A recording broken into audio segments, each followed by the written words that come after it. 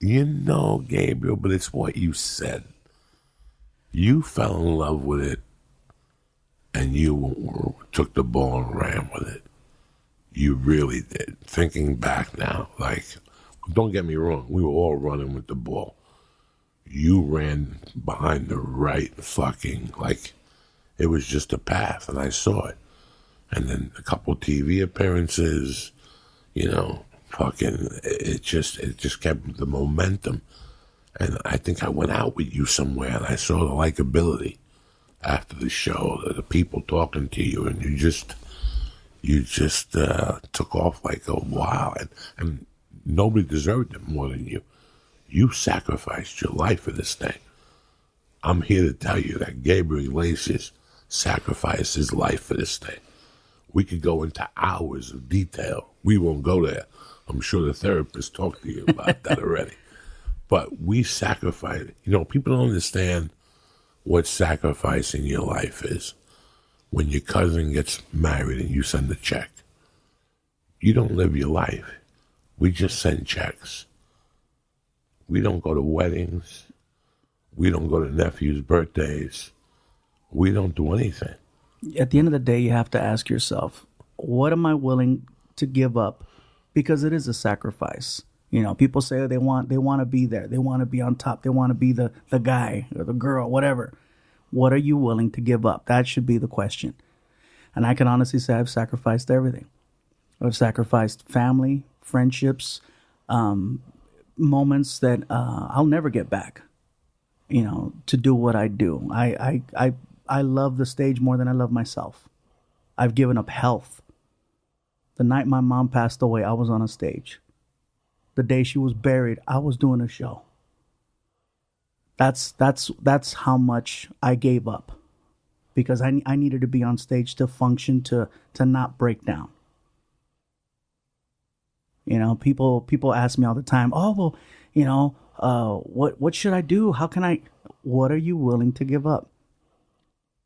And a lot of times people, I've offered to take comics out on the road. And, I got the thing with my kid. It's happening. Okay, well then, you know what? Then that's what you need to do. But what are you willing to give up? Not to be fresh, you did go to the funeral. I did not attend my mom's funeral for the simple fact that my family did not see me. How can I put this? Me going to my mom's funeral probably would have landed me in jail, because my siblings and I did not see eye to eye, because they didn't understand what it is that I do. They didn't understand what I was willing to give up in order to be in a certain place. And I still haven't spoken to my brother since. But when it all went down, if I could take it back, honestly, I realized that it was more so me versus my siblings, and I should have thought about the bigger picture. But unfortunately, I was in such a rage and such an ugly place where I would have made a big mistake by being there, because any little thing would have set me off. I remember that night that my brother called me up, and the conversation that we had, I couldn't see anything but red. Couldn't see anything but red, and no matter what he tried to say to me, it just wasn't clicking.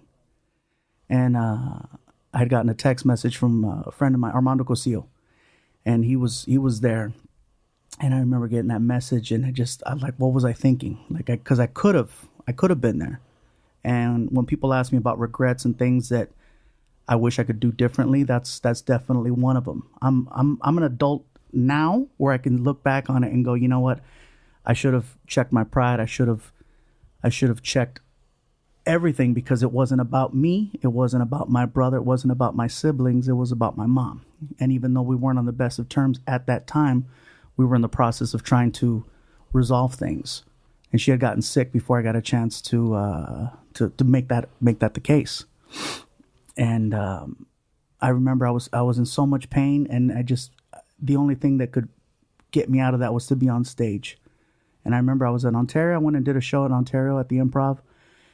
And at the end, I asked for a shot, and I said, you guys have no idea the day that I'm having right now. And someone goes, what happened? I go, you don't want to hear it. And they're like, come on. And I was like, let me just tell you what happened. And the whole crowd got quiet.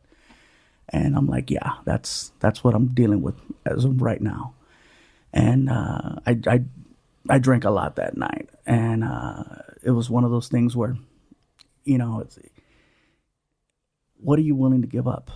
And at that time, that's what I gave up. And I miss my mom dearly, and I'm sad that I wasn't there at the end when I had an opportunity to be there. I just don't think that I was in the right mindset. So, you work hard, you want to be a certain person, you want to excel. What is it you're willing to give up? And I gave up my family, I can say, that night. And I don't have a relationship with my brother now. I barely talk to my sisters.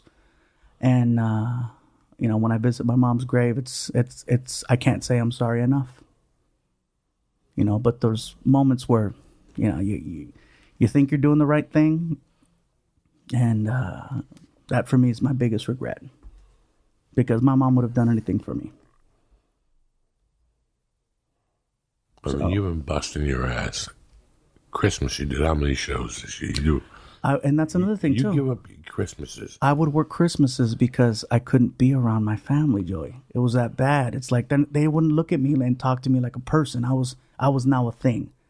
I was now this personality. I was this thing that just is on TV. And they all saw it as something that was easy. Like my brother insulted the hell out of me one night when he's like, he told somebody in the house, I'm funnier than him.